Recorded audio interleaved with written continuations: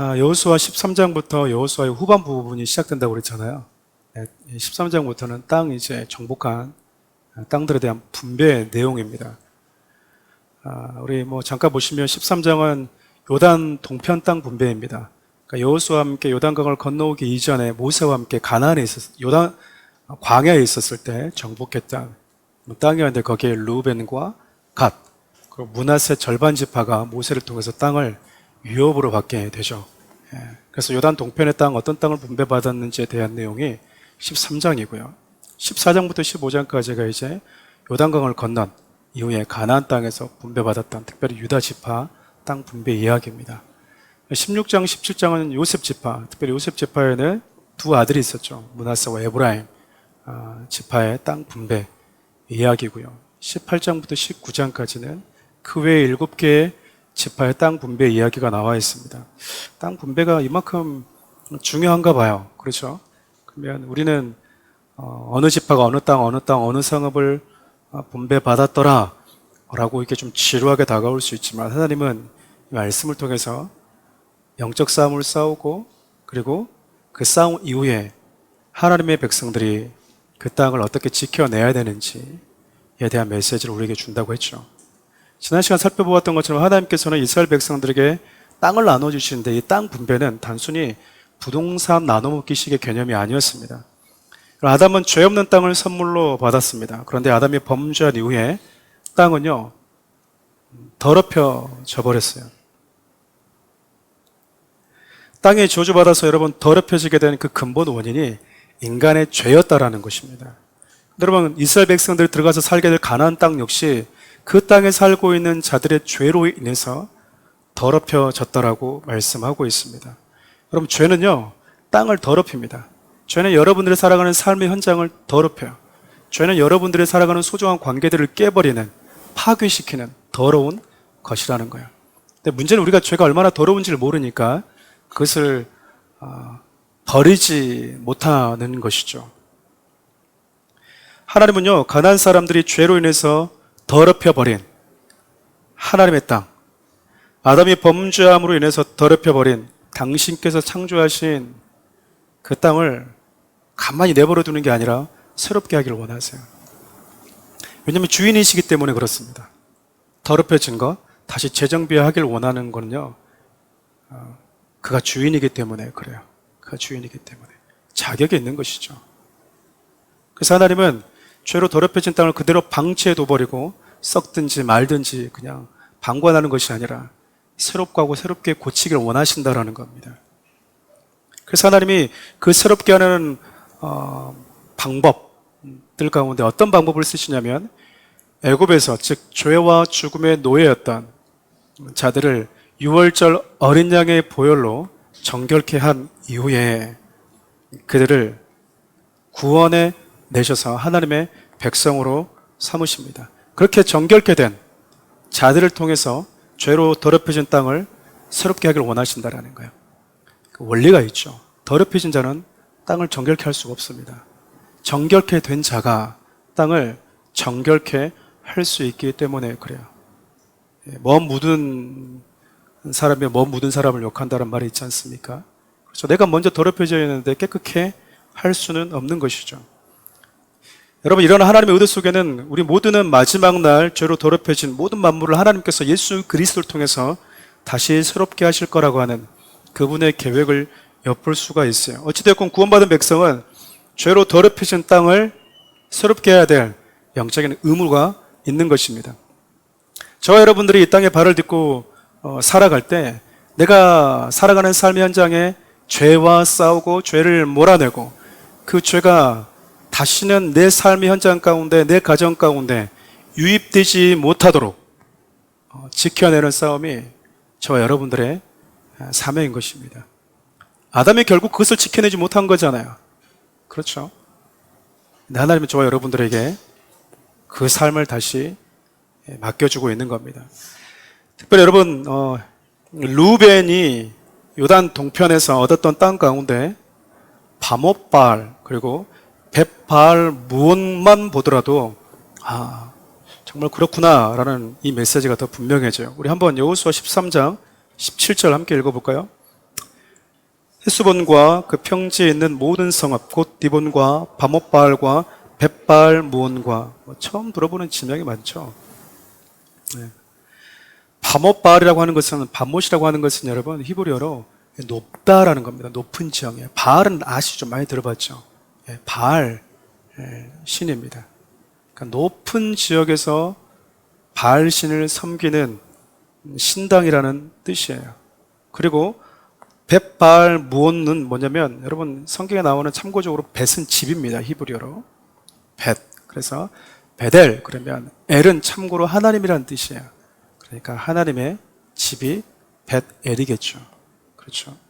여러분 이거는 벳바알 무온은 뭐겠습니까? 바알의 집, 바알의 신전이라는 뜻입니다. 한마디로 얘기하면 여러분 바알을 섬기던 중심지를 하나님께서 지금 르우벤 지파로 하여금 싸워서 차지하도록 하신 거예요. 그리고 죄와 어둠의 지배를 받던 그 땅은 르우벤 지파, 하나님을 의지하면서 죄와 싸웠던 그 르우벤 지파를 통해서 하나님이 다스리시는 땅으로 다시 편입이 됩니다. 이제 죄를 몰아낸 이후에 르우벤 지파는 다시는 그 땅의 이전과 같은 우상 숭배가 일어나지 않도록 그 거룩함을 지켜내는 싸움을 싸워야 되는 것이에요. 우상을 섬기던 제단을 하나님을 섬기는 제단으로 바꾸고 우상을 섬기던 그 집에 우상을 몰아내고 하나님의 집으로 삼아가는 그것이 이제 죄와 싸우고 난 이후에 하나님의 백성들에게 요구되는 싸움이었다는 겁니다. 저는 이런 모습들이 여러분 지금을 살아가는 저와 여러분들에게 강한 울림으로 다가와야 된다고 생각해요. 우리는 여러분 세상에서 죄와 싸워야 되고요.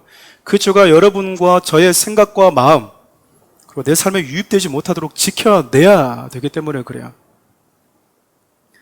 그리고 그 죄를 몰아낸 현장에서 다시는 반복된 죄가 유입되지 못하도록 하나님께서 맡겨주신 자리에서 최선을 다해서 우리가 싸워가야 됩니다. 여러분 매일 삶의 현장에서 경험하듯이 알겠지만 근데 이 싸움이 쉽지가 않아요. 그렇지 않나요? 이 죄와 싸우는 것도 쉽지 않고요. 죄를 몰아내는 것도 어렵고 그 죄가 다시 내 삶 가운데 유입되지 못하도록 거룩함을 지켜내는 싸움도 참 쉽지가 않습니다. 그 죄가 내 생각과 내 마음을 무너뜨리게 되면 우리 삶이 무너지고 관계가 다 무너지거든요.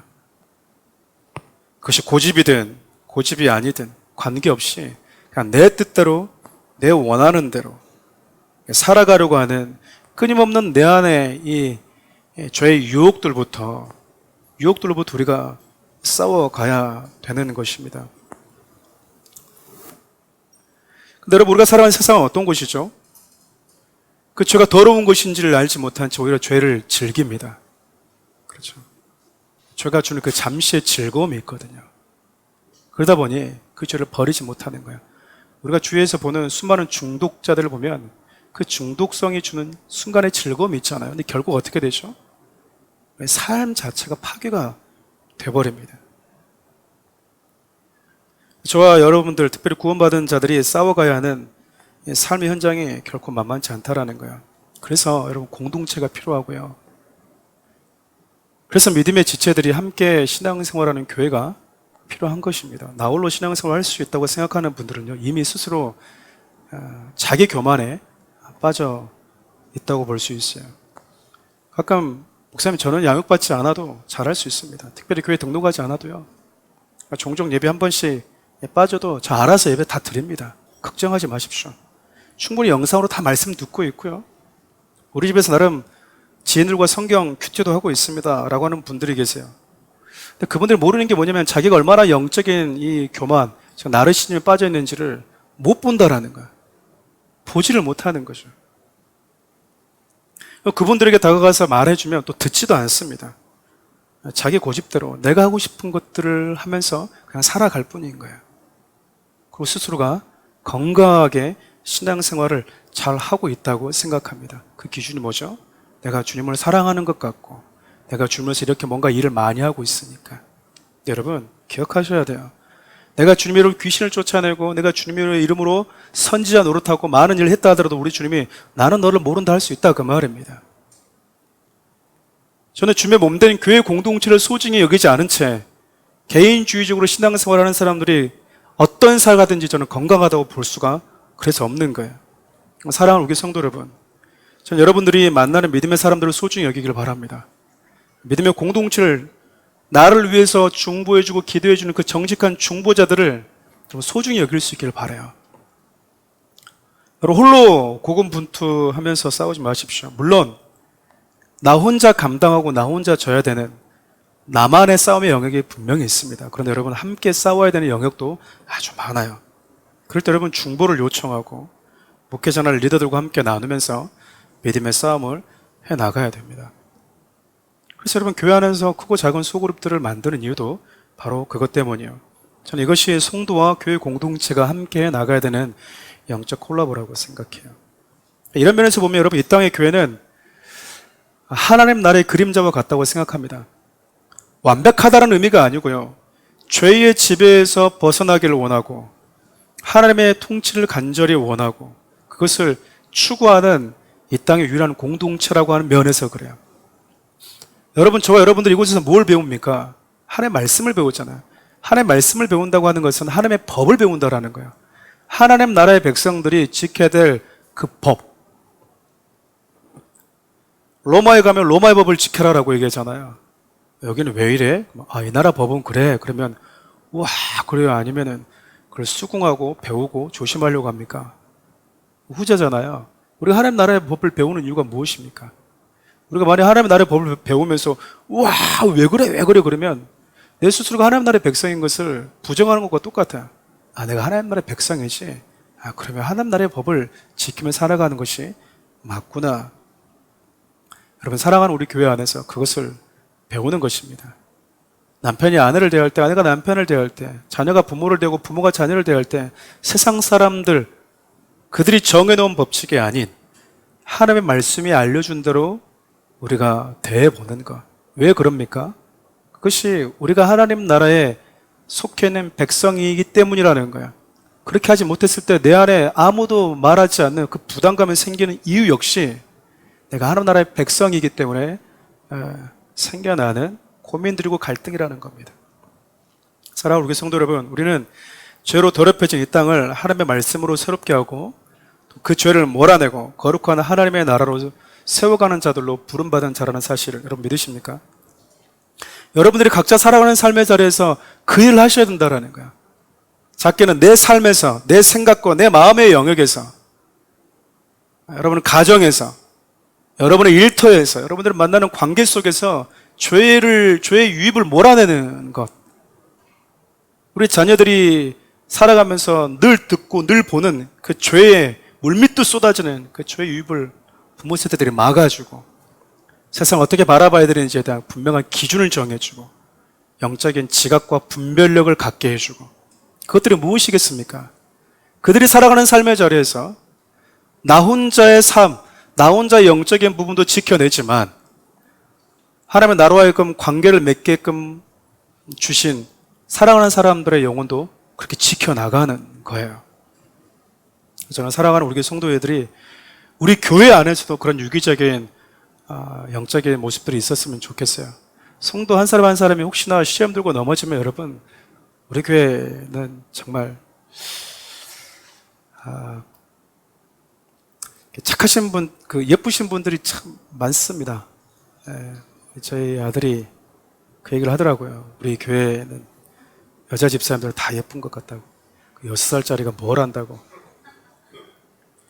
근데 남자는 잘생긴 사람이 2명밖에 없다라고 슬프게 얘기를 하더라고요. 한 사람은 속 모시고 한 사람은 자기라고 그러는데 사랑하는 우리 성도님들이 제가 봐도 너무 착하세요. 너무 착합니다. 너무 착한 것 같아요. 제가 우리 교회 성도님들 보면 고마울 때도 참 많아요.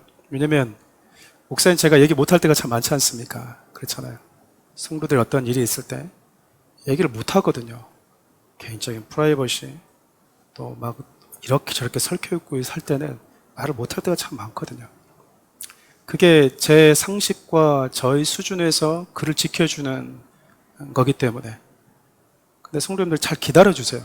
저도 기다려주시고 또 서로에 대해서 막 누가 어째서 이러고 돌아다니시지 않으니까 참 그나마 너무 감사한 것 같아요. 그게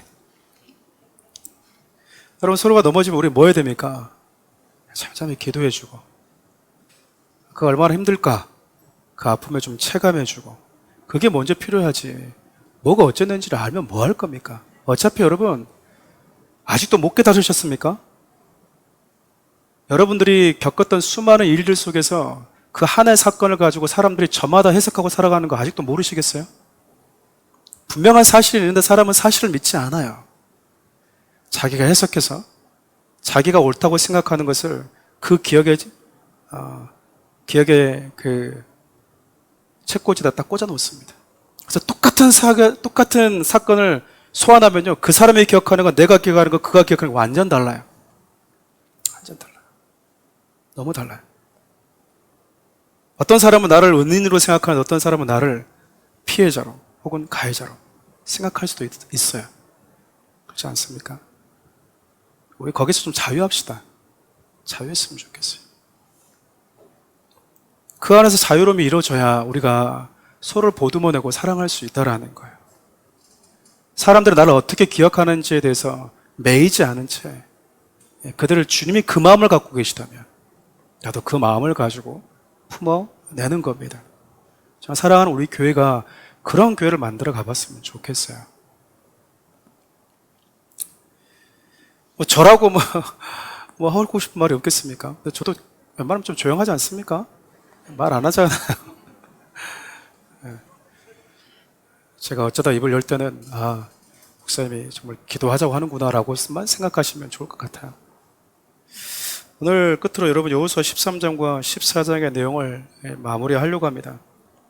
여러분 13장의 내용에서 우리가 또 한 가지 살펴보고 싶은 게 있는데요. 땅을 분배하는 기준 가운데 그의 가족대로 기업을 나눠주라고 하는 이 말씀이 반복이 되거든요.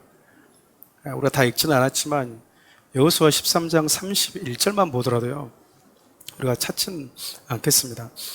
므낫세 아들 마길의 가족이 상당히 많은 부분의 땅을 차지해요. 도대체 마길이 뭐길래, 어떤 인물이기에 이렇게 루벤 지파 가운데도 많은 땅을 차지할 수 있었을까? 가족이 많았다라는 거잖아요. 사실 여러분 요단 동편에 땅을 분배하는 과정은 모세가 살아 있었을 때 민수기 32장에 이미 등장을 했습니다. 민수기 32장 39절 말씀을 보면요, 므낫세의 장자가 바로 이 마길입니다.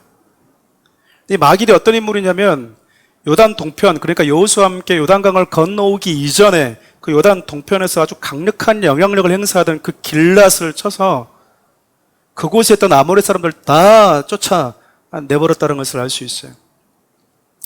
여러분 다시 말하면 다른 지파들과 민족들은 두려워 꺼려했던 곳을 하나님의 약속을 믿고 나간 사람이 마길이라는 겁니다. 이게 왜 독특하냐면 여러분, 지금 모세와 함께 있었던 이스라엘 민족은요, 구원의 하나님을 경험했어요. 그렇잖아요? 우리를 어떻게 구원하시는지 이건 경험했어요. 홍해를 건너게 하신 하나님도 경험했는데 싸움에 능하신 하나님은 아직 많이 경험하지 못했습니다. 싸움에서 능하신 하나님이 승리를 주신 하나님은요, 여호수아와 함께 경험했던 그 이스라엘가 더 많이 경험했어요. 그러니까 그 하나님을 충분히 경험하기 전에도 하나님의 그 약속을 믿고 그 땅을 차지했던 사람. 그래서 신명기 3장 15절에서 모세가 길앗을 이 마길과 그의 자손에게 줍니다. 근데 여러분 이후 마길은요, 길앗의 조상이 돼요. 길앗의 조상. 이 길앗의 조상이 마길 가문에서 누가 나오냐면, 여러분 사사기를 보면 그 사사 중에서 입다 그리고 야일, 성경을 좀 아시는 분들은 압살롬에게서 다윗이 쫓겨났을 때 성심성의껏 다윗을 돌보았던 바르실레 그 가문이 다 이 마길의 후예들입니다. 여러분 하나님을 신뢰하고 그분의 약속을 믿고 거침없이 싸우는 그 한 사람의 가문에서 또 다른 세상을 구원하는, 또 다른 사람들의 믿음을 지켜주는, 따스하게 돌봐주는 이런 사람들이 많이 나왔다라는 거예요. 여러분 이미 입다나 야일, 바르실레 때는 마길이라는 사람은 없거든요. 근데 우리 조상이 누구였다라는 거예요. 우리 조상은 싸움에 능하신 하나님을 경험하기도 전에 요단 동편에서부터 승리를 주신 하나님, 싸움에 능하신 하나님을 경험해서 길앗의 조상이 된 마길이다. 가끔 그렇잖아요, 여러분. 족보를 누가 자꾸 따집니까? 조상이 누구여야지 족보를 좋아해요? 조상이 좀 좋아야 됩니까? 조상이 좀 나빠야지 됩니까? 조상이 좋으면은 우리 이씨가 이순신 장군이 몇 대손 몇 대손 막 얘기하잖아요. 근데 만약에 우리 조상이 상놈이면 그 가문 따집니까? 물어보면은 그냥 모르고 살죠. 이걸 자꾸 기억하는 사람들은 누구예요? 가문이 좋은 사람들. 왜죠? 잘하고 싶은 거. 우리 할아버지, 고조 할아버지, 이순신 장군이다. 이렇게 프라이버시를 갖는 거죠. 근데 그 조상은 없잖아요. 우리는 자랑스러워 하잖아요. 여러분들이 죽게 되면 여러분 후손들이 여러분들 자랑할까요?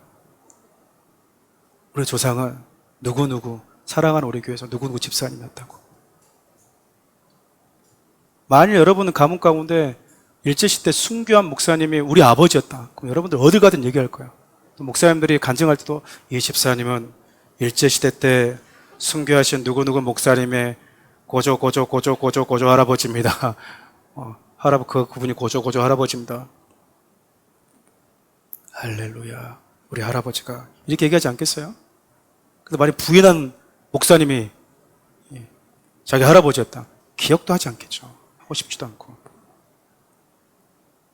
저는 여러분들이 그렇게 여러분들 후손들이 기억하고 싶어하는 믿음의 삶을 살아내는 영적인 조상들이 되었으면 참 좋겠어요. 여러분, 이 마길과 완전 대조되는 인물이 하나 더 등장합니다. 성경이 이스라엘이 특별히 르우벤이 얻게 될 그 땅을 점령할 때 수많은 사람들이 죽었지 않겠어요? 근데 유독 여기에 죽은 사람 한 사람의 이름을 성경이 우리의 시선을 고정시키고 있어요. 누구냐면 거짓 선지자 발람이었습니다. 여호수아 13장 22절 한번 읽어볼까요? 이스라엘 자손이 그들을 살육하는 중에 부올의 아들 점술과 발람도 칼날로 죽였더라. 땅을 분배하는 과정 가운데 성경에 발람의 죽음을 콕 집어서 기록한 이유가 무엇일까요? 아는 사람들이 죽었는데 왜 발람이라고 하는 이름은 유독 성경에 빼놓지 않고 기록해놨을까? 여러분 잘 알고 있다시피 발람은 민수기 22장과 23장에 등장하는 인물이에요. 이스라엘 백성들이 모세와 함께 광야에서 생활하고 있었을 때 발락 왕의 요구로 이스라엘을 좀 저주해달라고 그 왕의 초청으로 왔던 모압 선지자가 발람이었습니다. 그는 알고 있었어요. 이스라엘 하나님의 백성이고 하나님의 복을 주는 백성은 절대 저주할 수 없다. 내가 저주한다고 저주가 되는 민족이 아니다. 그러니까 여러분들이 살아가면서 누가 여러분들한테 저주를 퍼부어도 집에 가서 입을 둘러쓰고 울 필요 있습니까? 없습니까? 없어요. 그 사람이 저주한다고 해서 그 저주가 여러분에게 옵니까? 여러분 인형 똑같이 닮은 것 같고 막 찌른다고 해서 여러분들이 고통을 느끼고 그러지 않는다 그 말이에요. 그런 거 여러분 두려워하지 마십시오. 여러분들 하나님의 백성이라고 한다 그러면 여러분들 저주할 수 있는 사람, 저주해도 그것이 여러분들에게 적용되는 것 하나도 해당되지 않아요. 여러분 어둠의 영들은 그걸 알아요. 발람도 그걸 알았어요. 근데 걔가 무슨 꾀를 낸 줄 아세요? 얘들은 저주한다고 되는 게 아니야. 스스로 더럽혀지게 만들면 돼. 그 중에 하나가 뭐였었냐면 모압 여자. 발람 선지자가 모압 여자였잖아요. 모압 여자들을 하여금 음행을 하게 만들어서 우상에게 제사 지내게 만듭니다. 자, 이런 부분 많이 얘기했잖아요. 남자들은 이렇게 이 눈의 시야에 좀 많이 약한 부분이 분명히 있는 것 같아요. 여러분 40년간 광야 생활했던 여성이 예쁘겠습니까? 분칠하고 입술 이쁘게 칠하고 모압 여자가 예쁘겠습니까?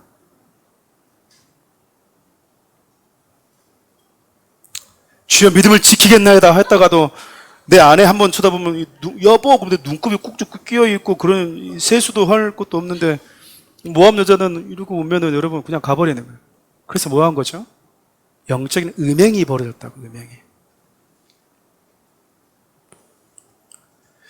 그러니까 여러분 모압은 누군가요?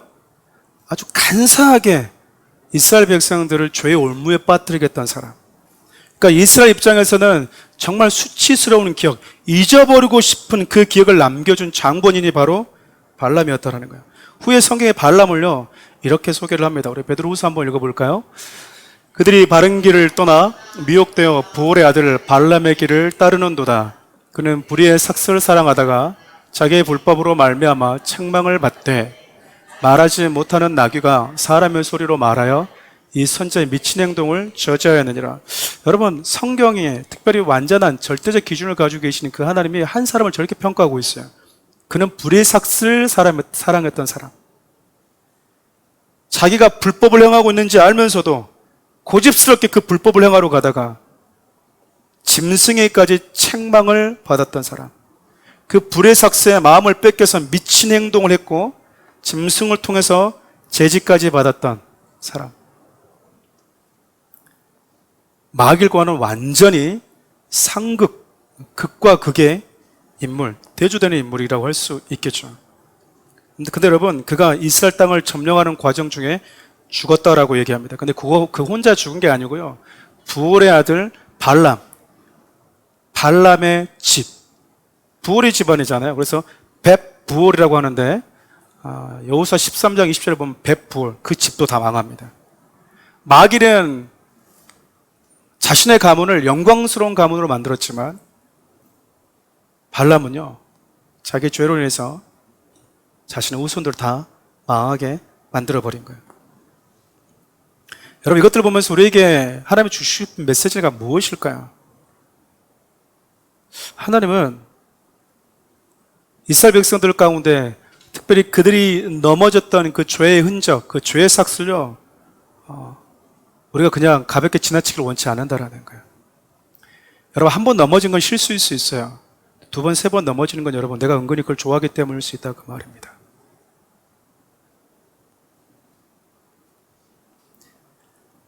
내가 그 죄를 버리지 못하고 그 죄를 다스리지 못하면요, 여전히 그 땅에서 이루어졌던 죄의 유혹이 또다시 우리의 발목을 잡아서 넘어뜨릴 수 있다라는 거예요. 신앙은 자신감으로 하는 것이 아닙니다. 알아도 넘어지는 거거든요. 여러분들이 그리스도에 어떻게 살아야 되는지 몰라서 넘어지나요? 아내가 남편을 어떻게 되는지 몰라서 여러분들 그렇게 안 대하십니까? 우리 알고 있거든요. 또 왜 안 할까요? 왜 안 할까요? 나도 모르는 자신감이 있는 거야. 그동안 쌓여져 왔던 내 삶의 그 패턴이 더 강하게 나를 붙잡고 있는 거죠. 그것을 잘라내는 싸움을 우리가 하지 않으면 안 된다라는 겁니다. 요한계시록에 보면 7교회가 등장하는데 그 교회들 가운데 이 발람의 교훈을 잘라내지 못한 채 그 교훈을 용납했던 교회들이 있었어요. 여러분, 영적인 음행이라고 하는 것은 하나님을 떠나서 다른 신을 섬기는 것도 영적인 음행이고 간음이지만 하나님도 섬기고 그 우상도 동시에 섬기는 것도 영적인 간음이거든요. 우리가 자꾸 놓치는 거예요. 우리가 교회 와서 하나님을 예배하면 하나님이 기뻐하시는 거룩한 신앙생활 하고 있구나 생각하는데 그러지 않고 한편으로 보면 우리가 하나님도 섬기고 내가 원하고 내가 좋아하는 것도 여전히 버리지 않은 채 살아가려고 하는 타협된 신앙은 하나님 보시기에 발람의 거짓된 교훈을 끝내 버리지 못하고 살아가는 사람이라고 볼 수 있다라는 거예요. 여러분 어떠세요? 가끔 교회 와도 어떤 분들은 그래요. 교회가 노조도 아닌데 그러잖아요. 투쟁하면서 막 교회를 바꾸려고 합니다. 근데 말씀에 대한 기준은 없어요. 우리 회사에서 이렇게 하던데요. 내가 좋은 모임을 봤는데 여기는 참 이렇게 하던데요. 이렇게 했으면 좋겠는데요. 그렇지 않습니다, 여러분. 교회 안에 유입되는 것들이 아무리 보기 좋아도 그것이 말씀에서 엇나간 거라고 하면 우리는 뭐 해야 될까요? 분별해서 잘라낼 줄을 알아야 됩니다. 순전한 교회를 여러분과 제가 지켜가야 되는 거예요. 이 땅에 많은 교회들이 넘어지고 있는 이유가 바로 저는 이거라고 생각합니다. 하나님을 안 믿고 하나님을 찬양하지 않는 게 아니에요. 찬양하는데요, 성도들은 앉아서 여전히 탐욕에 굶주린 사람들처럼 복에 대한 메시지만 찾고 있어요. 목회자는 그 앞에서 성도들이 요구하는 탐욕을 채워줘야 되는 거죠. 무엇으로? 말씀으로. 그게 무슨 예배이겠습니까? 이렇게 여러분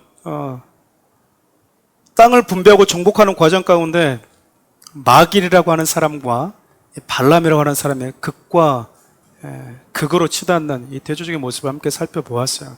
여러분들이 발람의 길이 아닌 마길이 갔던 그 길을 걸었으면 좋겠습니다. 오늘 여러분과 함께 마지막으로 살펴보고 싶은 주제는요, 다른 지파와 달리 오늘 읽었던 것처럼 레위 지파에게는 하나님이 기업을 주지 않았다라는 거예요. 우리 여호수아 13장 14절 함께 읽어볼까요? 오직 레위 지파에게는 여호수아가 기업으로 준 것이 없었으니 이는 그에게 말씀하신 것과 같이 이스라엘의 하나님 여호와께 드리는 화제물이 그들의 기업이 되었습니다. 하나님께서 여러분 12지파에 각각 공평하게 땅을 나눠줬거든요. 여러분 땅을 차지하는 데 있어서 레위 지파가 아무것도 안 한 게 아닙니다. 놀고 온 게 아니에요. 그들도 수고했거든요. 근데 하나님이 레위 지파에게는 뭘 주지 말라는 거야? 기업을 주지 말아라. 기업을 주지 말아라. 레위 지파에게도 너희들에게는 가나안 땅에서 기업은 없다. 여러분 서운할 법하지 않습니까? 같이 싸웠잖아요. 같이. 왜 하나님이 주지 않았을까요? 그 이유가 무엇일까요? 그 부분을 좀 얘기하고 말씀을 마무리하려고 합니다. 하나님께서 다른 지파와 다른 레위 지파에게 기업을 주지 않았던 이유는요, 하나님이 그들의 기업이었기 때문에 그렇습니다. 그러면 하나님이 기업이라고 하는 의미가 뭘까? 첫째가 여러분, 성도는 이 땅에서 하나님께서 주신 것들을 누리면서 살지만 나그네와 같은 존재라는 사실을 기억하고 살아가는 거예요. 왜냐하면 하나님의 백성들에게 있어서 영원한 기업은 어디 있습니까? 여기 있는 게 아니거든요. 저 위에 있거든요. 여러분 이스라엘 지파는 가나안이라고 하는 그 땅에서 잠시 하나님께서 주신 기업들을 누리면서 살게 될 거예요. 근데 그 지파들 가운데, 그 형제들 가운데 유일하게 기업이 없는 지파, 그 한 명의 그 지파를 보면서 11지파는 뭘 느끼는 거죠? 쟤들은 땅도 없네? 빌어먹는 애들이네? 그게 아니라 하나님이 주신 것들을 우리가 누리면서 살지만 레위 지파, 저 형제 지파를 보면서 뭘 느끼라는 거야? 우리의 진짜 기업은 어디에 있다? 하나님께 있다. 우리가 가나안에서 기업을 나눴지만 이 기업은 나에게 영원한 기업이 아니라는 거예요. 이 땅에서 저와 여러분들의 발을 딛고 살아가지만 그리스도인들은 하나님 나라, 하나님을 유업으로 삼고 살아가는 자들이라고 하는 사실을요, 그 하나의 지파, 기업을 갖지 못하고 살아가는 그 레위 지파를 통해서 11 형제 지파들이 매일같이 기억하기를 원하셨던 거예요.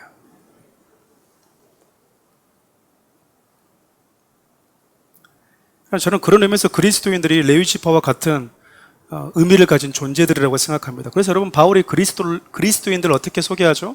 우리 빌립보서 3장 20절 함께 읽어볼까요? 그러나 우리의 시민권은 하늘에 있는지라 거기로부터 구원하는 자 곧 주 예수 그리스도를 기다려노니. 여러분 그리스도인이 누구라고 합니까?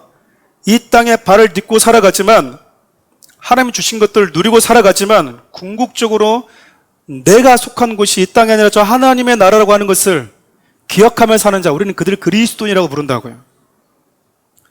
여러분 소유를 갖고 살지 말라는 게 아니에요. 무소유를 주장하는 게 아닙니다. 무소유는 성경적이지가 않아요. 비성경적이에요. 하나님의 11지파처럼 하나님이 주신 것을 잠시지만 누리고 살아라는 거예요.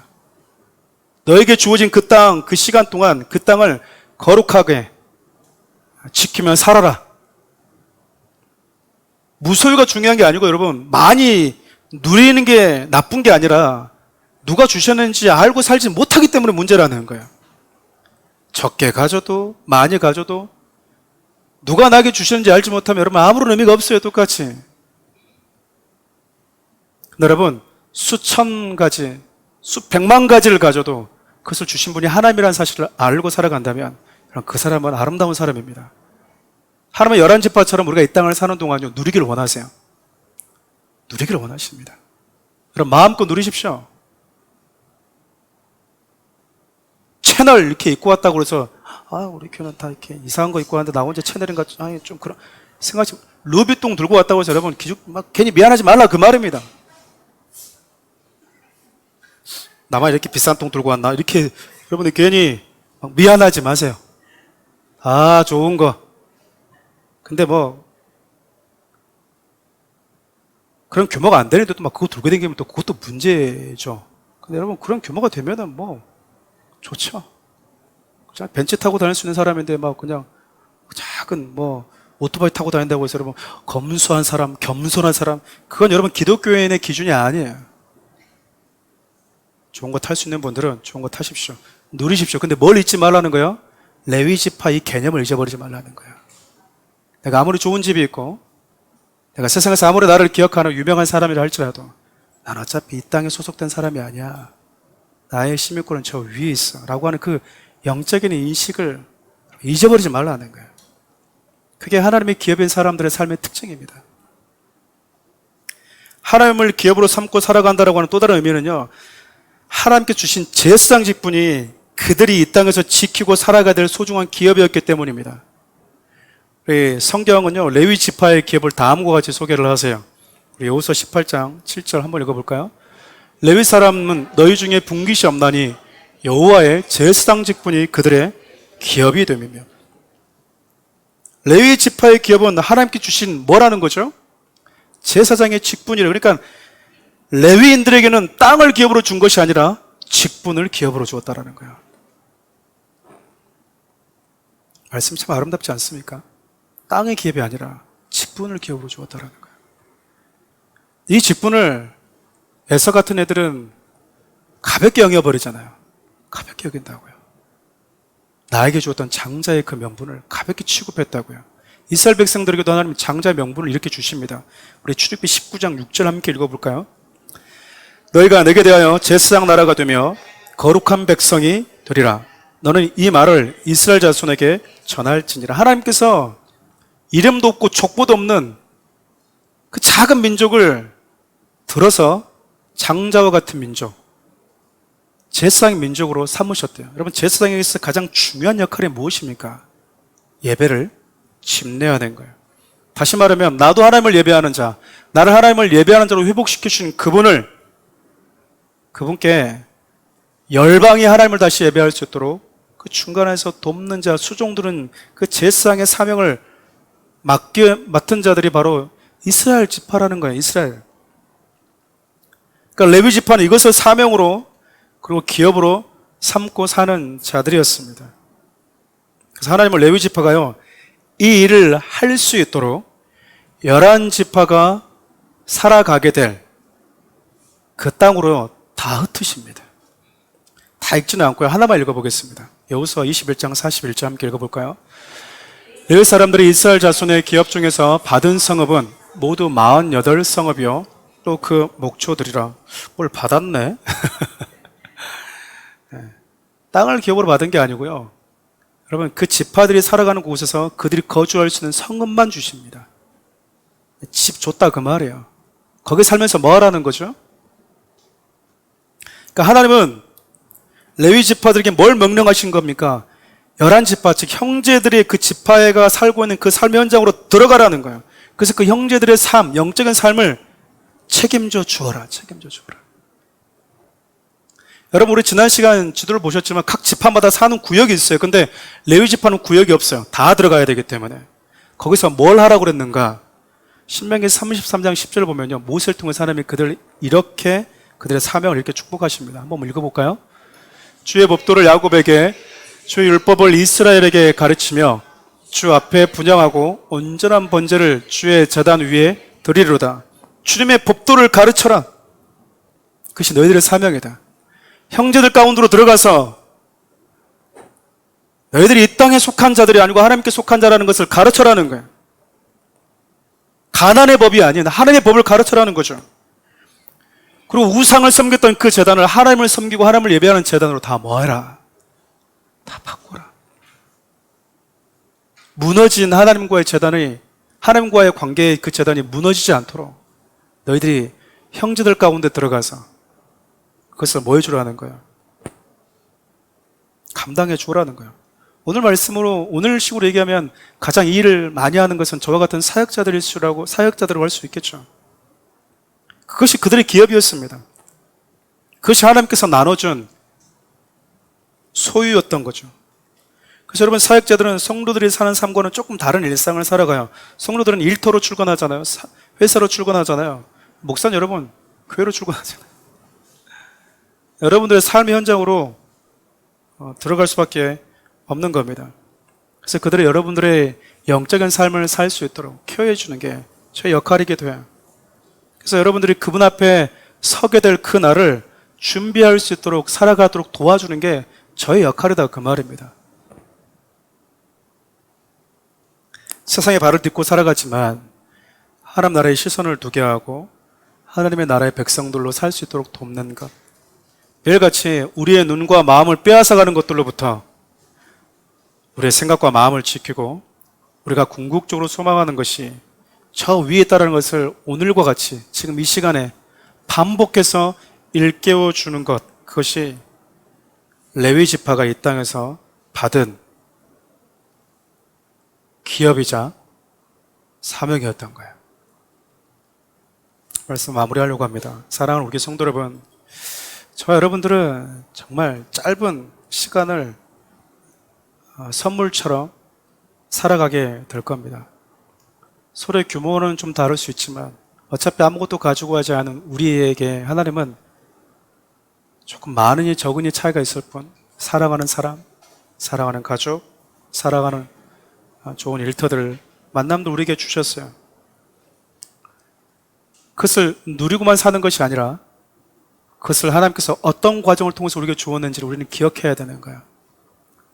죄를 몰아내고 죄가 유입되는 그 죄로 인해서 다시는 내 삶과 내 자녀의 삶과 내 자녀들의 마음과 내 일터와 내 가정이 더럽혀지지 않도록 지켜내는 싸움의 그 어떤 싸움보다 누리는 싸움이라고 저는 생각을 해요. 그리고 여러분, 하나님께서 여러분들에게 주신 풍성함들은 누리십시오. 혹 좀 많은 것들을 가지고 있는 분이 성공했다고 돈 많이 벌었다고 얘기하면 집사님 너무 축하해요, 이렇게 얘기해 주십시오. 또 연약해서 많이 벌지 못하고 실수한 분들이 있으면 위로해 주십시오. 잘났어 정말, 교회 와서 돈 많이 벌었다고 자랑하네. 그건 못 본 걸 자랑할 겁니까? 그런 아랑들 우리 가운데 있어야만이 아픈 것도 즐거운 것도 가난한 것도 풍성한 것도 서로에게 흠이 되는 것이 아니라 같은 동일한 사명을 가지고 살아가는 성도들에게 있어서는 그냥 기도 제목이 될 뿐인 거예요. 그리고 여러분, 하나님께서 저와 여러분들에게 주신 사명이자 선물과 같이 살아가는 이 땅에 살면서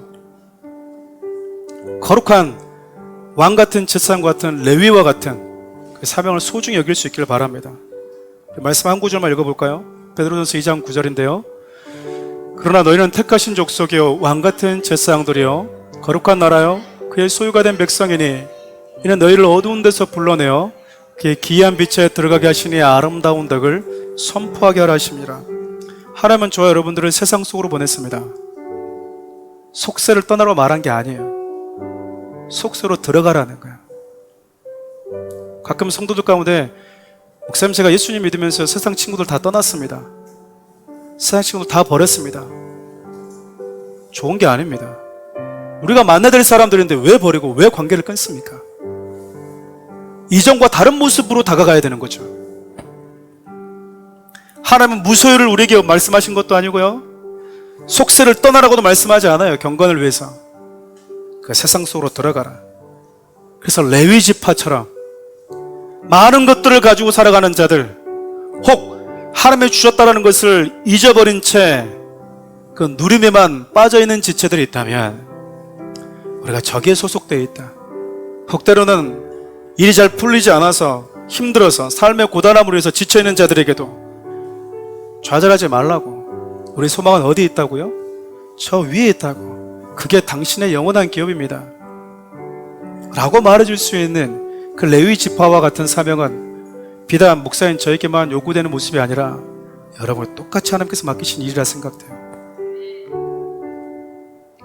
왕같은 제사장은요,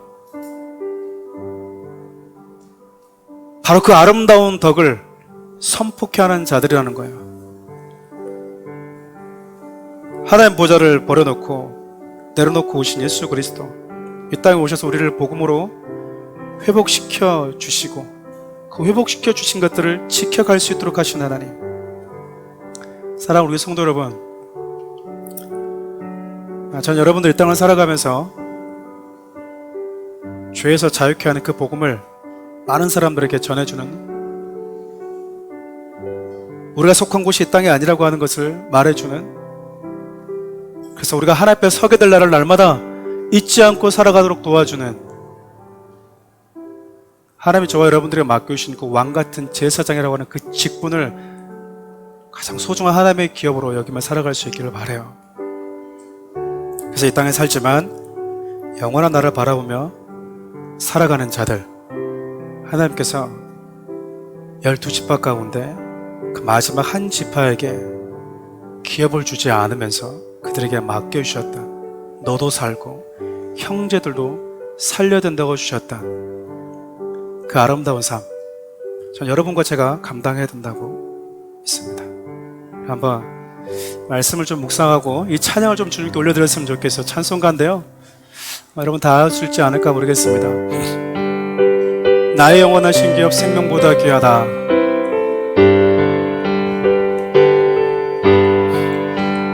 나의 영원하신 기업 생명보다 귀하다.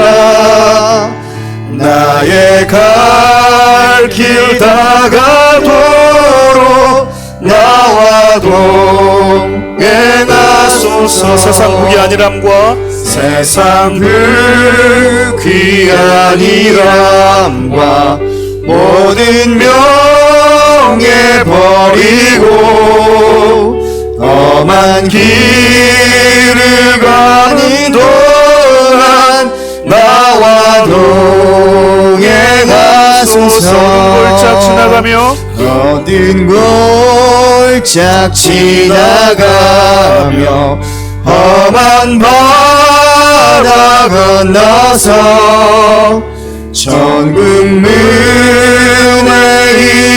이르도록 나와 동행하소서. 주께로 가까이 주께로 가오니 나의 갈 길 다가도록 나와 동행하소서. 주께로 가까이 주께로 가까이 주께로 가오니 나의 갈 길 다가도록 나와 동행하소서.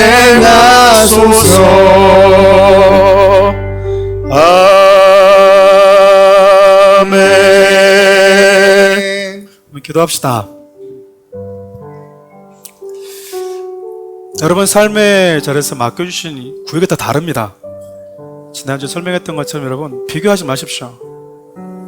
비교하지 말고요, 나에게 맡겨진 게 많으면 많을수록, 적으면 적을수록 내가 충성되게 기쁨을 가지고 죄와 싸우고 죄의 유입을 막아내는 거룩한 자로 살 수 있도록 여러분 기도하십시오.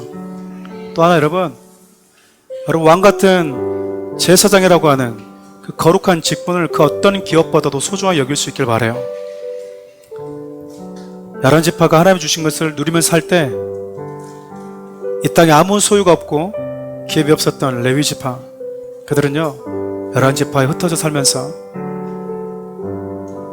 너희들은 하나님께 소속된 사람이야, 많이 가지고 있어도 적게 가지고 있어도 자랑할 것도 없고 슬퍼하지도 말아라. 기업이 없는 그 레위지파를 바라보면서 형제지파들이 그렇구나, 내가 누리고 있는 거 다 하나님이 주신 거구나, 잠시 맡겨주신 거구나, 내가 주님 앞에 설 때 나에게 맡겨주신 저 레위지파와 같은 그 기업을 더 소중히 여기고 하나님 앞에 서야 되겠구나라고 하는 그 뜨거운 열정을 일으키는 자들로 살아갈 수 있도록 해달라고, 이 두 가지 붙들고 우리가 주 이름 한번 부르며 기도하며 나갔으면 좋겠습니다. 주여, 살아계신 하나님, 사랑하는 하나님 사람들이 하나님 이 땅을 살아가면서 죄로 더럽혀진 곳들을 예수 그리스도의 보혈로 정결한 하나님의 말씀으로, 그분의 말씀이 다스리시는 곳으로 정결케 하는 하나님의 백성들로 살게 해 주십시오. 그리고 하나님 그 죄가 다시는 하나님 유입되지 못하도록 막아내는 거룩한 하나님의 사람들로 살게 해주십시오. 하나님은 소아시아에 있었던 하나님 그 교회처럼 발람의 교훈을 하나님 지키지 타협하면서 발람의 교훈을 하나님 막아내지 못했던 교회들이 아니라 거짓된 모든 교훈들과 타협하지 않고 순전한 하나님의 말씀을 지켜내고 복음을 지켜내는 자들로 살게 해주십시오. 사랑하는 우리 성도님들에게, 사랑하는 우리 자녀들에게 영적인 지각과 분별력을 주시고 더러운 것이 무엇인지, 하나님 정결한 것이 무엇인지, 우리가 피해야 될 것들이 무엇인지를 가려낼 수 있는 하나님 영적 분별력을 허락해 주십시오. 또한 하나님의 사랑하는 우리 모든 성도들이 레위의 지파와 같은 우리 주님께서 나에게 맡겨주신 왕과 같은 거룩한 제사장의 그 직분이 그 무엇보다도 소중한 기쁨으로 다가오게 해 주십시오. 사랑하는 귀한 성도들이 살아가는 곳에서 많이 가진 자도 적게 가진 자도 자랑하거나 위축되지 않고 내가 속한 분은 저 하나님께, 저 하나님 나라에 따르는 사실을 믿고 나에게 주어진 삶의 현장 속에서 최선을 다해서 하나님의 백성답게 정직하게 살아가는 자들이 되게 해 주십시오. 하나님의 주신 것들을 누릴 때 그것을 주신 분이 누구인지, 그것을 나에게 허락하신 분이 누구인지 잊어버릴 때마다 다시 일깨워주는 레위 지파로 살게 해주시고, 우리의 궁극적인 기업과 유업은 하나님은 그분이라고 하는 사실을 날마다 상기시켜주는 하나님의 백성들로 살아갈 수 있도록 도와주옵소서.